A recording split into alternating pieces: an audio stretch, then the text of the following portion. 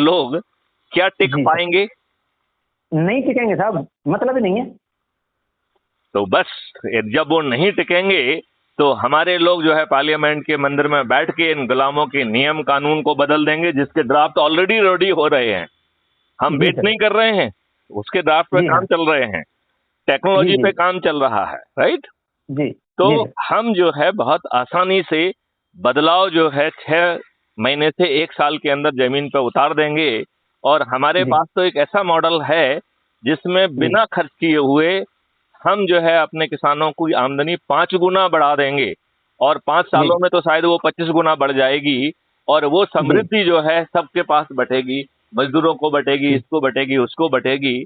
और इस जी समृद्धि को पाने के लिए उसे कोई ज्ञान अर्जन नहीं करना पड़ेगा। ये बिल्कुल जी। ज्ञान जो है क्राइम फ्री भारत का एग्रो आयुष मॉडल खुद अपने तरीके से मैनेज करेगा। तो जी किसानों को बिना किसी अपना दिमाग खोपड़ी को चलाए उन्हें जो है जी उसका लाभ मिलेगा, क्योंकि उनके जो प्रोडक्ट हैं जब तक वो जी कंज्यूमर सर। के मुंह में नहीं चले जाते हैं उससे जी किसान की आइडेंटिटी जुड़ी रहेगी। और जिस जी हाँ। जिस अंतिम भाव पे वो बिकेगा वो पैसा जी जो है वो किसान के खाते में आएगा, राइट। और बहुत बढ़िया जी। जिन लोगों ने सेवाएं दी हैं, जैसे जिसने क्वालिटी कंट्रोल के लिए अपना कंट्रीब्यूशन किया उसको उसका जी वैल्यू एडिशन का पैसा मिल जाएगा। जिसने जी ट्रांसपोर्टेशन जी का काम किया उसको ट्रांसपोर्टेशन का पैसा मिल जाएगा। जिसने वेयर जी हाउसिंग का काम किया उसे वेयर हाउसिंग का। जी on the basis of the ad value, जितनी आप वैल्यू हाँ ऐड जी। करेंगे उतना प्रोपोर्शन में उस आपको पैसा मिलेगा, ठीक है ना। जी सर बहुत बढ़िया। हाँ, और किसान को जो है जो पूरा पैसा है वो जो है क्राइम फ्री भारत जो है इंस्टेंटेनियसली सभी को देगा। और बाद में जी वो कॉस्ट सेटलिंग अकाउंट में सेटल हो जाएगा। वो कॉस्ट सेटलिंग अकाउंट भी किसान का ही होगा, राइट। तो बहुत बढ़िया जी। तो ये एक ऐसा मॉडल है जिसमें हम जी बिना खर्च के, बिना करेंसी जी के हम जी जो है इस भारत का भाग्य बदल देंगे। बहुत बढ़िया जी। इस भारत से जो है सूखा और बाढ़ दोनों गायब हो जाएंगे। जितना हाँ जी, एक तरफ तो आदमी पानी से बाढ़ में डूब डूब के मर रहे हैं, एक तरफ सूखा में बगैर पानी के मर रहे हैं। करेक्ट। ये इच्छा शक्ति की बात है जी, वहां से पानी को किसी भी तरह से नहरों के द्वारा, पाइपलाइन के द्वारा उठा करके, स्टेप अप करके और सूखाग्रस्त इलाकों में पहुंचा के वहाँ पानी मिल जाएगा, वो उनको नहीं, आमदनी हो जाएगी। वो ऐसे नहीं पहुंचेगा। वो कंटिन्यूस जी जो है ना उसके लिए खंतियां होंगी, खाई होंगी 10 फीट गहरी।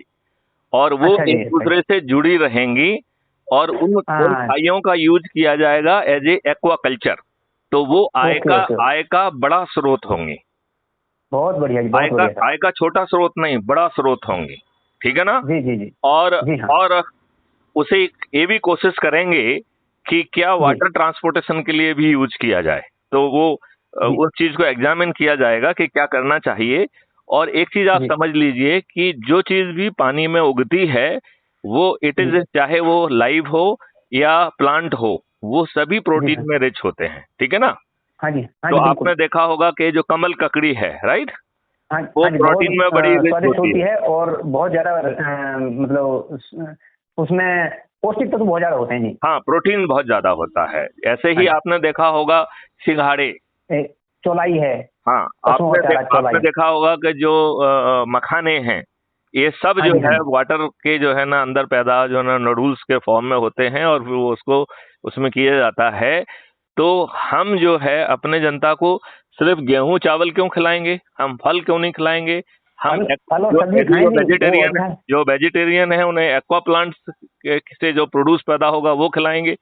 जो नॉन बिल्कुल। वेजिटेरियन है उनको फिशेस से लेके बाकी चीजें भी खिलाएंगे। तो हाँ जी हाँ जी ये जो खंतियां हैं, ये जो खाइयां हैं जो आपस में जुड़ेंगी, ये वाटर जी हाँ। बॉडी का जो है पानी का लेवल पूरे बराबर। 12 महीने पूरे जो भारत में है बराबर। सभी जगह उपलब्ध रहेगा। और उसके चारों बहुत तरफ बढ़िया जो जी। है प्लांट्स की कई लेयर होंगी, जो कि औषधि का हाँ जी प्लांट होगा, फलों के प्लांट्स होंगे, राइट। जी, लकड़ी के बॉर्डर होंगे जी, जिससे लकड़ी का भी काम बॉर्डर पूरा हो सके। बॉर्डर के प्लांट्स भी होंगे। और हर जी बड़े खेत में जो है वो गौशालाएं होंगी।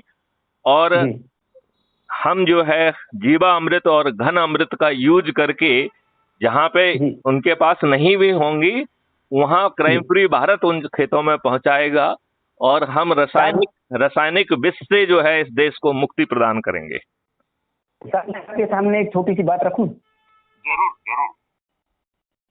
2017 के अंदर हमारे यहाँ पर पलवल इलाके में, बहुत बड़े इलाके में, मतलब पूरे नॉर्थ इंडिया के अंदर बेमौसम बरसात और बहुत तेज हवाएं चली थी। और उस टाइम पर हमारे जंगलों के अंदर कोई फसल खड़ी नहीं छोड़ी थी, गेहूं की हो, सरसों की हो, गन्ने की हो, XYZ को भी सब लुटा दिए। लेकिन साहब एक रामवीर सिंह सैनिक का खेत ऐसा था, 4 एकड़ भूमि, जिसके अंदर जहां मेरे खेत के मेड़ पर पेड़ लगे हुए थे नीम के या शीशम के, उनके नीचे जहां पर नमी ज्यादा रहती थी, वो थोड़े थोड़े इलाके तो गिर गए थे गेहूं के, वरना कोई भी एक सिंगल पेड़ गिरा नहीं था मेरे खेतों में से। क्योंकि मैं जो काम करता हूँ, जहर मुक्त काम करता हूँ। और ये जो जीवामृत आप बता रहे हैं, मैंने भाई राजीव दीक्षित जी से सुना था आज से तकरीबन 8 साल पहले, और 7 साल पहले मैंने ही अपना जो खेती का करने का वो था कि जो अन्नदाता आज जहरदाता बन गया, तो हम जहर दे करके किसी को क्यों मारें, कम कमा करके भी हम उसमें संतुष्ट रहें, तो जो जीव उस अन्न को खाए। रामवीर सिंह, मैं थोड़ा सा टोकता हूँ आपको, आप कम क्यों कमाएंगे? आज आप जो है ना फर्टिलाइजर पेस्टिसाइड पे भर भर के पैसा खर्च कर रहे हो और अपनी जमीन खराब कर रहे हो। उसमें जो है, जो आप जब घनामृत और जीवामृत डालेंगे तो कार्बन कंटेंट यदि 0.3 पे भी होगा तो वो 1 साल के अंदर ही 0.89 पे पहुंच जाएगा। तो आपके कहते हैं हींग लगे ना फिटकरी और रंग चोखा आए। तो इस तरीके से बिना किसी खर्च के जब आप खेती करेंगे तो आपको फायदा होगा या नुकसान होगा? नंबर 1, नुकसान नहीं होगा साहब, मेरे को तो फायदा हुआ। मैं वही कहना चाह रहा हूँ साहब, मेरे गांव के लोग मेरे खेतों को देखने के लिए गए कि रामवीर ने क्या शीशे की दीवार लगा दी जो उसका गेहूं गिरा नहीं, बाकी तो किसी का खड़ा नहीं है जंगल में, इसका कैसे खड़ा रह गया? अब उन्होंने देखा कि भाई आपका खड़ा कैसे है। मैंने कि भाई मैंने इनको जहर नहीं दिया, मैंने